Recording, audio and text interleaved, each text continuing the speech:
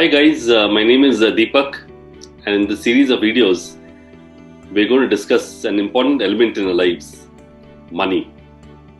I'm not a financial planner, and so that's the first disclaimer. But in the series of videos, I'm going to share some of the tips and tricks which I have learned over the years and which I have used quite successfully to ensure the stress kind of lowers down. Primarily because money is an aspect which causes a huge stress. The lack of it or excess of it can cause a huge stress on the individual, on the family, on the society. It's end to end. And if one really learns how to tackle it in the right manner, one can kind of reduce the stress in their lives as they go ahead. So let's go on to the first learning of money management, and that is the 6-jar finance. Courtesy T. Harvikar. He has introduced this particular 6-jar finance. I'm going to share the screen so that people get to know it in a very simple manner. It's a very simple strategy, and if one really adopts this, one can improve in the way one manages their own monthly finances, which creates a great annual recurring return. So let's try to understand what the 6 jars are for. And these are primarily jars or buckets in which you need to put your money in particular categories. It need not be physical jars or buckets, but you need to mentally allocate, or you need to physically have different accounts or whatever to ensure that the right amount of money goes to the right amount of to the right category of expense. So let's try to understand the first jar. 55% of your monthly expense or a monthly income should go towards your regular monthly expense.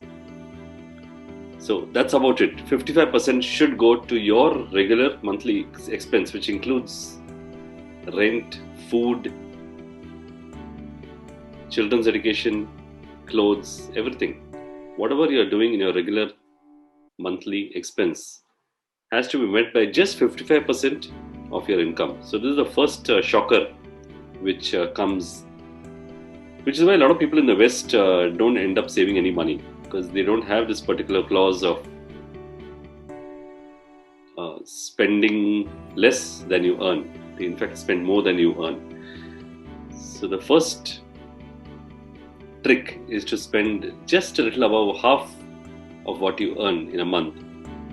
And in the next few videos, I'm going to give you further tricks from another book called The Richest Man in Babylon on how you can really manage this.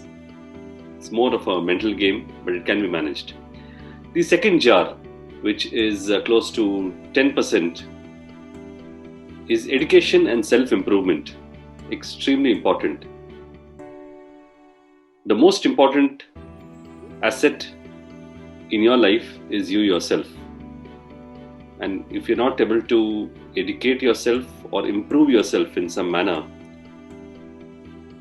self-improvement on a monthly basis, on a yearly basis, then you will go on degrading, because it's an asset. An asset has to keep improving itself, and each of us are our own personal assets, and this needs to keep improving in some manner. A lot of times people forget this. They invest in various other things, but not in themselves, on their own education. Lifelong, not after the age of 19, we're all educated. It's not the case. You need to learn lifelong. This is something I practiced all my life, continuous education. The third jar is again 10%, and this is a very important topic called as financial freedom. There has to be some amount of money you need to put, which will give you a recurring income on a monthly basis. It could start small, but it will keep increasing as time passes. And you have to be very careful on what you invest in. because a lot of financial planners will come and possibly make you invest in various tools and various bonds or policies which may not really give you the financial freedom. You have to make your own assessment to where to invest. It could also be, a real asset which gives you rent, or it could be any other thing in your own life, in your own comfort factor. You need to see which are those places where I can invest, which will give me a regular monthly income after a particular period of time. And it can be very small, but this has to be a part of your, a 10% of your monthly income. The next 10% is a long-term investment. Now, while the 55% does meet your monthly expenses, there could be times where you would need a lump sum amount of money, possibly for your kids' education or for some marriage or whatever it is, or buying a particular asset. So that's actually met with a long-term investment. It could even be as short as buying, some particular home improvement, etc. So maybe within 2 or 3 years, you pick it up, this 10%, and you use it judiciously and wisely. So only from the 10%. You should not touch any other bucket around it. That's the difference between the financial freedom and the long-term investment. Financial freedom is that which gives you a monthly recurring every month at some point of time. The long-term investment is used to ensure that you get, you can buy or you can invest in a particular expense at some point of time. As I said, it could be kids' education or marriage or some home improvement, something at some point of time.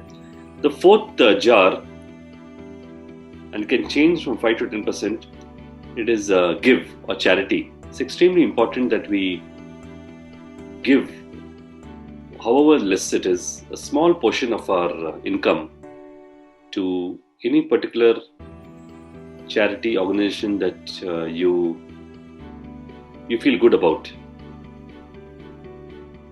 It could also be to a person whom you directly know, because a lot of times charity organizations, they consume a lot of money in their own admin and management. So if you're very clear on a particular place where the money will go completely to the individual who needs it, so this is your service to society. You can increase this percentage, but the minimum is 5. And the last final 10% is luxury or play. Now, this is connected again to what I mentioned in the 10% of education and self-improvement. You are your most important asset. You need to keep yourself happy. And you need to demarcate 10% for your own luxury or your own play, where you do things where you really love to do. Going to some large hotel, having a lunch or dinner, or some drive, some travel somewhere without any guilt. You're using it through that 10%. So this, my friends, is the first session on the 6-jar finance, which will enable you to really fructify your lives and manage your finances in the right manner.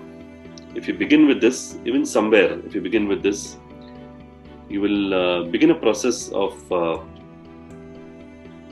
using money in the most judicial way. Thank you so much.